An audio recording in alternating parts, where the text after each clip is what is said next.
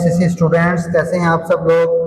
जैसा कि हमने AACCA F3 की बुक स्टार्ट की थी जिसका नाम है फाइनेंशियल अकाउंटिंग, और हमने इसके पहले 5 चैप्टर्स कंप्लीट कर लिए थे। और पहले 5 चैप्टर कंप्लीट कर लिए थे तो हर चैप्टर के साथ हमने उसके MCQs भी किए थे, ठीक हो गया, हर चैप्टर के एंड पर। आज हम करेंगे चैप्टर 5 जैसे कि हमने कल कंप्लीट किया था, और आज हम करेंगे इसके क्वेश्चन की प्रैक्टिस। चैप्टर 5 का क्या नाम था? Recording business transactions and sales tax. तो चलिए स्टार्ट करते हैं। सबसे पहला इसका क्वेश्चन है, an entity sells goods for 50,000। एक बिजनेस ने 50,000 की सेल की, ठीक हो गया, और इस 50,000 में सेल टैक्स इंक्लूडेड नहीं है, ओके। एंड सेल टैक्स का रेट क्या है? 20%। The customer page with in the settlement discount period, और कस्टमर ने सेटलमेंट डिस्काउंट लिया है, receiving 5% discount under IFRS 15. If it is highly probable the discount will be taken, the tax is calculated on the discounted price. What is the amount calculated from the customer? उसने बोला है कि एक business ने 50,000 की cell की और इस 50,000 की फिगर में सेल टैक्स इंक्लूड नहीं है, ठीक हो गया। सेल टैक्स का रेट 20% है। अब कस्टमर ने सेटलमेंट डिस्काउंट भी ले लिया है। सेटलमेंट डिस्काउंट कितना है? 5% है। 50,000 का 5% क्या होगा? 50,000 इंटू 5% हमारे पास आएगा 3,000, ठीक हो गया। टोटल रह गया हमारे पास 47,000, पीछे 47,000 रह गया। अब इसमें अगर हम टैक्स कैलकुलेट करेंगे तो हमारे पास इसका टैक्स आएगा 10,000। 50,000 का हमने लेना है 20%, तो ये हमारे पास आएगा 10,000, ठीक हो गया। अब ये सेल टैक्स हमने इसमें इंक्लूड करना है 47,000 में, तो ये हमारे पास बन जाएगा 57,000 टोटल। ये टोटल अमाउंट हमने कस्टमर से रिसीव करनी है। The correct answer is C, 57,000। Now question number 2 है, which of the following best describes the double entry required when goods are sold on credit for 200। अगर हमने 200 की चीज बेची है वो भी क्रेडिट पर, तो उसकी डबल एंट्री बतानी है। और इस 200 की फिगर में सेल टैक्स एक्सक्लूड है, मतलब इंक्लूडेड नहीं है, ठीक हो गया। सेल टैक्स बनता है इसका 200 का 20% is equal to 40, okay. Sale tax हमारे पास आता है 40। हमने टोटल कस्टमर से कितने लेने हैं? 240, ठीक हो गया। एक तो ये 200 ये वाला, और 40 सेल टैक्स, तो 240। अब जैसा कि ये 200 तो हमारा अपना है, बिजनेस का खुद का है, जबकि ये 40 क्या है? ये क्या है? लाइबिलिटी है। ये लाइबिलिटी है जो हमने गवर्नमेंट को पे करनी है, ठीक है। गवर्नमेंट के बिहाफ पर हम कस्टमर से ले रहे हैं सेल टैक्स, तो ये हमने गवर्नमेंट को देनी है, तो ये हमारे पास लाइबिलिटी है। लाइबिलिटी इंक्रीज हो रही है, तो लाइबिलिटी का बैलेंस क्या होता है? क्रेडिट। और सेल्स भी क्या होती हैं? क्रेडिट। सेल हमारे पास क्या होती है? क्रेडिट। और ये हमारे पास 240 क्या है? ये रिसीवेबल है, और ये होगा डेबिट, ओके। रिसीवेबल क्या होगा? डेबिट, 200 क्रेडिट, और सेल्स, यानी कि ये हमारे पास सेल्स, और ये सेल टैक्स है 40, और ये हमारे पास रिसीवेबल है। करेक्ट एंट्री है बी वाली, debit receivable and credit sales 200 and credit sale tax 40, ये है correct double entry. Question number 2 is done. अब चलते हैं क्वेश्चन नंबर 3 की तरफ। क्वेश्चन नंबर 3 है, customer purchase goods with the list price of 1000। एक कस्टमर ने परचेज किया गुड जिसकी क्या प्राइस है? 1000। ट्रेड डिस्काउंट उसका 10% था और 5% है सेटलमेंट डिस्काउंट था। 1000 हमारे पास लिस्ट प्राइस है, उसके बाद ट्रेड डिस्काउंट, बार्गेनिंग के टाइम जो डिस्काउंट होता है उसको बोलते हैं ट्रेड डिस्काउंट। वो है 10%, वो माइनस करेंगे 100। 1000 का 10% क्या बनता है? 100। हमारे पास आ जाएगा 900, ठीक हो गया। अब 5% सेटलमेंट डिस्काउंट है। सेटलमेंट डिस्काउंट अब देखते हैं कि सेटलमेंट डिस्काउंट लेगा या नहीं लेगा। A settlement discount is offered if payment is received within 14 days. Under IFRS 15, it is highly probable that the customer will take the settlement discount. At what amount should the revenue be initially recognized? कि वो बोल रहा है कि IFRS 15 मतलब customer का record है कि वो ये सेटलमेंट डिस्काउंट लेगा, आगे भी वो देता है, तो इस पर वो पेमेंट जल्दी करेगा और वो सेटलमेंट डिस्काउंट लेगा। 900 का हम 5% लेंगे सेटलमेंट डिस्काउंट, ठीक हो गया। 900 पर 5% लगाएंगे सेटलमेंट डिस्काउंट का, तो ये हमारे पास बनेगा 45, ये माइनस करेंगे तो हमारे पास रह जाएगा 855। सो हमारे पास जो रेवेन्यू रिकग्नाइज होगा वो होगा 855 पर, ठीक हो गया, क्योंकि कस्टमर ने डिस्काउंट लेना है। ये IFRS 15 के अगर ये लिखा हुआ है ना IFRS 15 के अकॉर्डिंग कस्टमर ने डिस्काउंट लेना है, तो आपने उसको डिस्काउंट निकाल कर फिर उस पर रिकग्नाइज करना है। वरना अगर यहाँ पर लिखा होगा कि अगर डिस्काउंट नहीं लेगा तो हम इसको 900 पर ही रिकॉर्ड कर देंगे। Okay, so question number 3 is done. अब चलते हैं क्वेश्चन नंबर 4 की तरफ। क्वेश्चन नंबर 4 है, अब customer return good previously purchase on credit. एक कस्टमर ने गुड्स ली थी क्रेडिट पर, ठीक हो गया, अब उसने गुड्स रिटर्न कर दी हैं, ठीक हो गया, गुड्स रिटर्न किए, वापस की हैं। अब गुड्स कितने की थी? 500 की थी। उसमें सेल टैक्स भी इंक्लूड है? नहीं था, एक्सक्लूसिव ऑफ सेल टैक्स है, ठीक हो गया। सेल टैक्स का रेट भी 20% है। Which of the following is the correct double entry in the seller's book for this sales return, ठीक हो गया। अब गुड्स वापस आएंगे, गुड्स वापस आएंगे, तो हम करते हैं पहले सेल्स क्या थी क्रेडिट, अब कर देंगे debit sales return, sales return, ठीक हो गया। और फिर सेल्स रिटर्न डेबिट किया हमने। अब क्रेडिट क्या और डेबिट क्या होगा हमारे पास? सेल टैक्स, सेल टैक्स भी हमारे पास डेबिट ही होगा, क्योंकि यहाँ पर लाइबिलिटी कम हो रही है हमारे पास, ठीक हो गया। सेल के केस में सेल टैक्स क्या होता है? लाइबिलिटी होती है। सो जैसा कि अब रिटर्न वापस आ गया, ठीक हो गया, पर सेल नहीं हुई, तो अभी वो हमें पैसे वापस करेगा, हमें पैसे वापस करने पड़ेंगे, तो क्रेडिट हो जाएगा हमारे पास रिसीवेबल। ओके, सो इसकी करेक्ट डबल एंट्री क्या होगी? A, debit sales return, credit debit sales tax और क्रेडिट रिसीवेबल। रिसीवेबल को हम क्रेडिट कर देंगे। अब ये रिसीवेबल क्रेडिट क्यों किया? क्योंकि ये क्रेडिट सेल थी। कौन सी सेल थी? क्रेडिट सेल थी। कैश सेल होती तो हम इसको कैश करते हैं इसकी जगह, ठीक है, इसकी जगह कैश आता वरना। ओके, 4 क्वेश्चन हो चुके हैं। अब हम चलते हैं क्वेश्चन नंबर 5 की तरफ।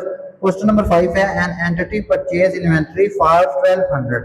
अब एक एंटिटी, एक बिजनेस ने इन्वेंट्री खरीदी है, ठीक है, इन्वेंट्री ली है, उसमें सेल टैक्स इंक्लूडेड है 20%। Later it return half of the inventory to the supplier. How does this return affect the purchase and sale tax account, ठीक हो गया। अब उसने 1200 की इन्वेंट्री ली थी, ठीक हो गया, 1200 की इन्वेंट्री ली थी, तो यहाँ पर हमने सेल टैक्स कैसे निकालते हैं हम? इंक्लूडेड है, तो यहाँ पर हम ऐसे करेंगे 120 मल्टीप्लाई बाय 20। ओके, ऐसे सेल टैक्स निकलता है।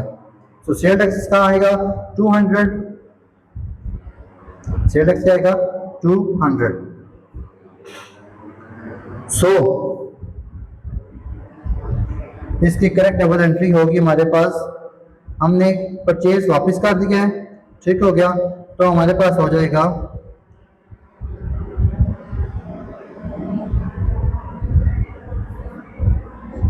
Credit purchases and credit sale tax. अब परचेज के केस में क्या होता है? ये सेल टैक्स जो होता है वो हमारे पास होता है एसेट, ठीक हो गया। जब हम चीजें परचेज करते हैं तो sale tax as a asset हम इसको रिकॉर्ड करते हैं, ठीक हो गया।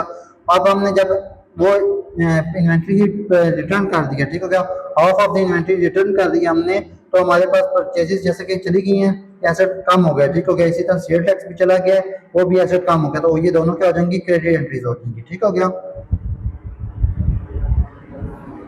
अब नेक्स्ट हमारे पास, under the interest system for petty cash which of the following statement is incorrect. ये 4 स्टेटमेंट्स दी हुई हैं। अब इनके ये बोला गया है कि कौन से स्टेटमेंट इंटरेस्ट सिस्टम के लिए इनकरेक्ट है।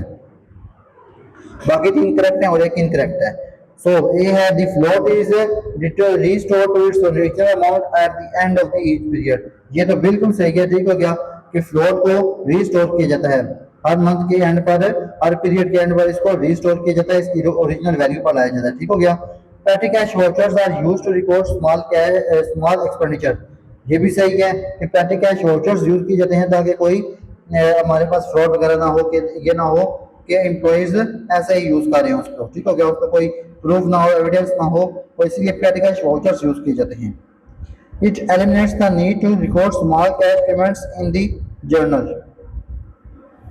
और it helps to prevent fraud by maintaining a fixed limit on the petty cash balance.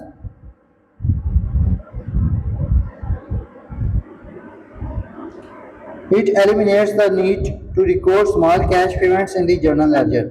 क्या ये एलिमिनेट कर देता है कि स्मॉल कैश की पेमेंट नहीं की जाए? नहीं, ये गलत है। जब कि हम इसकी एंट्री करते हैं, हर पेमेंट की एंट्री होती है, ठीक हो गया। सो बाकी तीन करेक्ट हैं और ये डी वाला सी वाला इनकरेक्ट है। सो करेक्ट आंसर ये सी वाला है। ओके,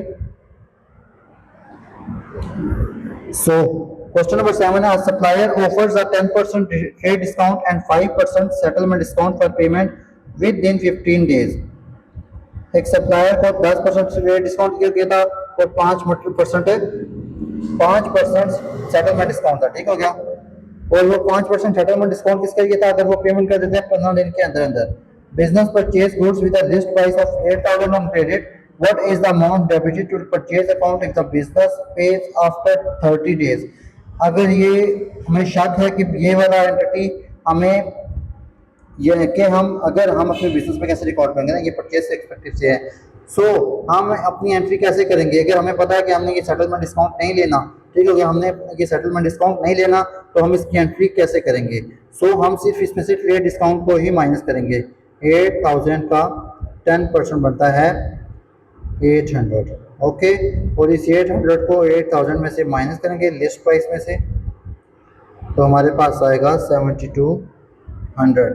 सो हम इसको इस पर रिकॉर्ड करेंगे। ओके, सो क्वेश्चन नंबर 8 है, a business has the following transaction in the month. Total sales उसकी ये है, ठीक हो गया, 120,000 और टोटल परचेज उसकी है 90,000। What is the sale tax payable to tax authorities at the end of the month. कितना सेल टैक्स देना पड़ेगा हमें मंथ के एंड पर, ठीक हो गया। सो इंक्लूसिव है, सो हम ऐसे करेंगे 120,000 डिवाइडेड बाय 120 मल्टीप्लाई बाय 100 और 90,000 डिवाइडेड बाय 120 मल्टीप्लाई बाय 100। अब देखते हैं इनके सेल टैक्स क्या आते हैं। 120,000 डिवाइडेड बाय 120 मल्टीप्लाई बाय 100, और सॉरी हमने सेल टैक्स निकालना, तो हम इसको 20 से मल्टीप्लाई करेंगे। सो इसका आएगा हमारे पास 20,000, सॉरी यहाँ पर हम लिखेंगे 20 क्योंकि हम सेल टैक्स निकाल देना 20। सो इसका आया हमारे पास 20,000। अब दूसरा 90,000 का देखते हैं।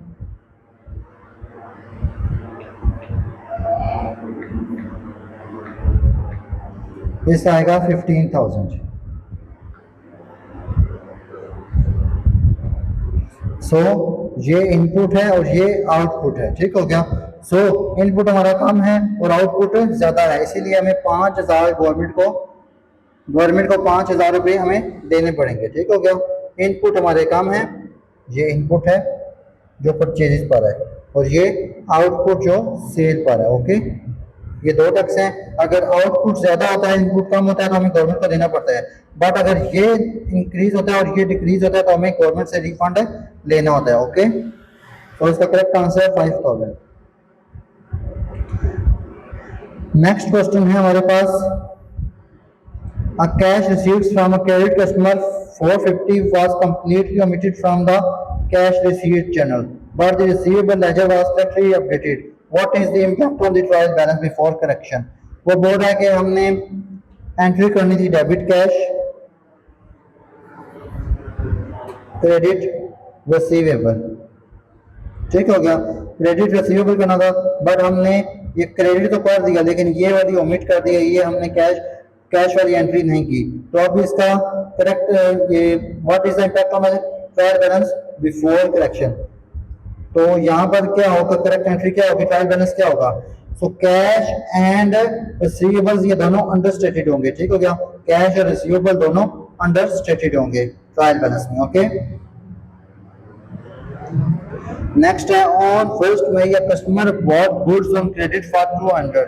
The terms include 4% settlement discount if paid within 10 days. Customer paid on 8 May.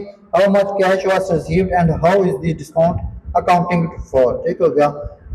अब कस्टमर ने चीजें ली थी, ठीक हो गया, 200 की क्रेडिट पर फर्स्ट में ही हुआ, जबकि उसको 4% डिस्काउंट देना था हमने। अगर उसने 10 दिन के अंदर अंदर पेमेंट कर दी तो उसने 8 मई को पेमेंट कर दिया, ठीक हो गया, मतलब उसने डिस्काउंट ले लिया है। सो क्या होगा इसका डबल एंट्री, करेक्ट एंट्री क्या होगी? सो कैश रिसीव में जो होगी वो होगी 192, और ये जो है अलाउड होगा डिस्काउंट, क्या होगा? 8 अलाउड डिस्काउंट होगा, ठीक हो गया, रिसीव नहीं होगा, ये अलाउड होगा, क्योंकि हमने अलाउ किया हुआ इसको डिस्काउंट, अगर उसने 10 दिन के अंदर पेमेंट कर दी तो।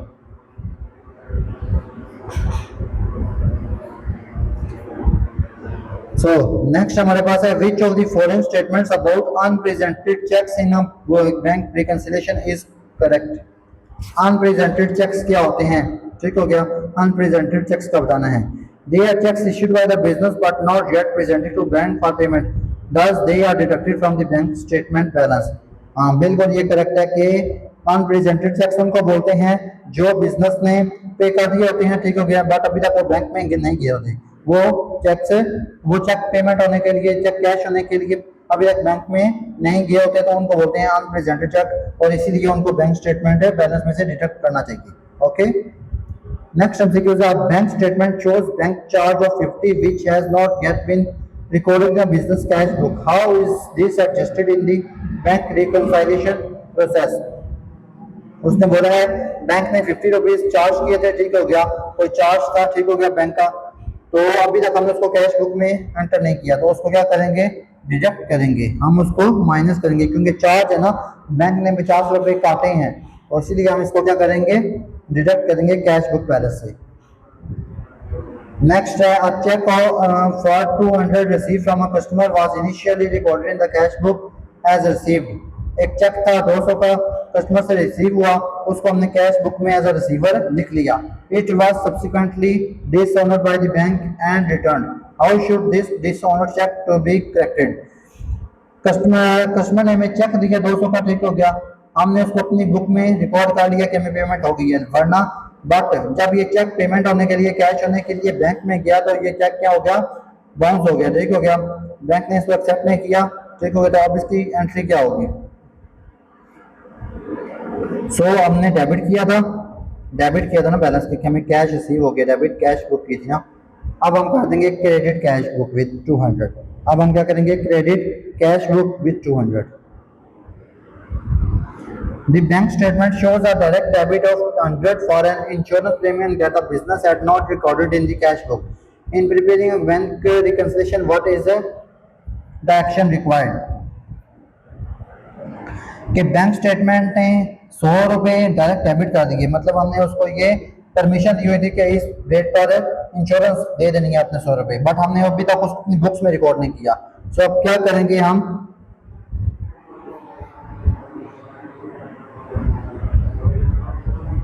हाँ, ये करेक्ट आंसर होगा B, deduct 100 from the cash book balance and recorded it in the ledger account, ठीक है, लेजर एक्सपेंस अकाउंट, ये हमारे पास एक्सपेंस होगा, 100 रुपए ये एक्सपेंस है, सो इसको एक्सपेंस अकाउंट में हम डाल देंगे।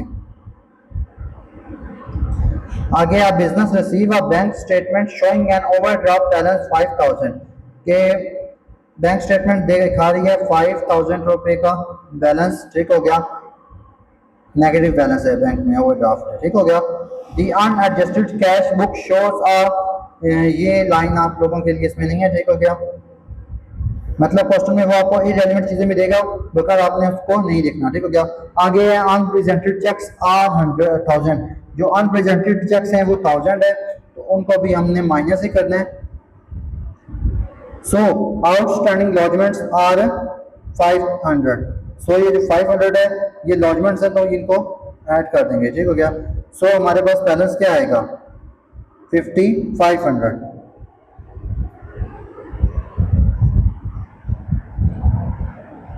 5500 का ओवरड्रान आएगा हमारे पास। ओके,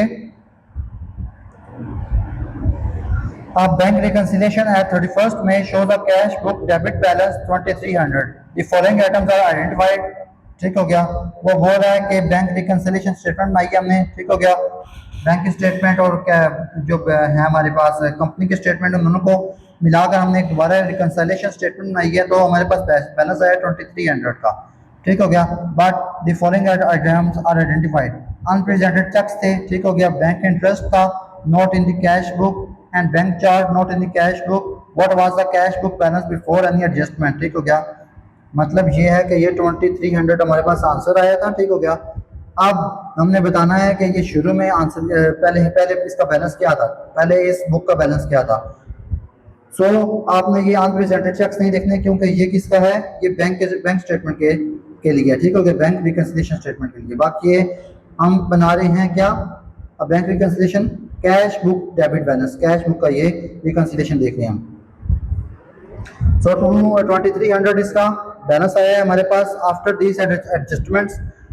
अच्छा, इंटरेस्ट रिसीव हुआ है तो हमारे पास क्या होगा, इंटरेस्ट 50 ऐड होता है, ठीक हो गया, प्लस में आता है, और बैंक चार्जेस है 30 रुपीज़ डिडक्ट होती हैं, ये माइनस में जाते हैं, ठीक हो गया। जब ये इनको हम नीचे लेके आएंगे इसके, ठीक हो गया, 50 को हम इसमें से करेंगे लेस और 20 को करेंगे ऐड, ठीक हो गया। हमारे पास क्या आ जाएगा,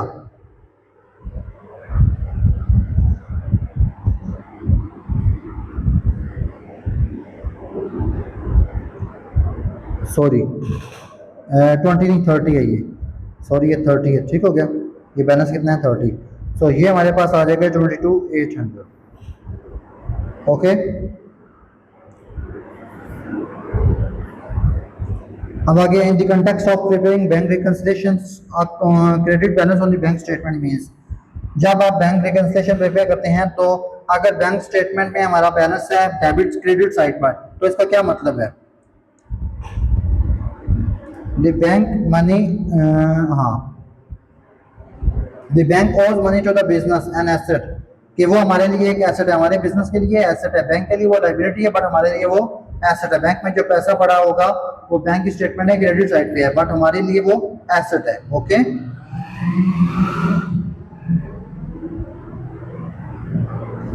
नेक्स्ट हमारे पास an entity has two bank accounts, एक अकाउंट है डेबिट बैलेंस उसका 8000 है और दूसरा अकाउंट है उसका क्रेडिट बैलेंस 3000 है।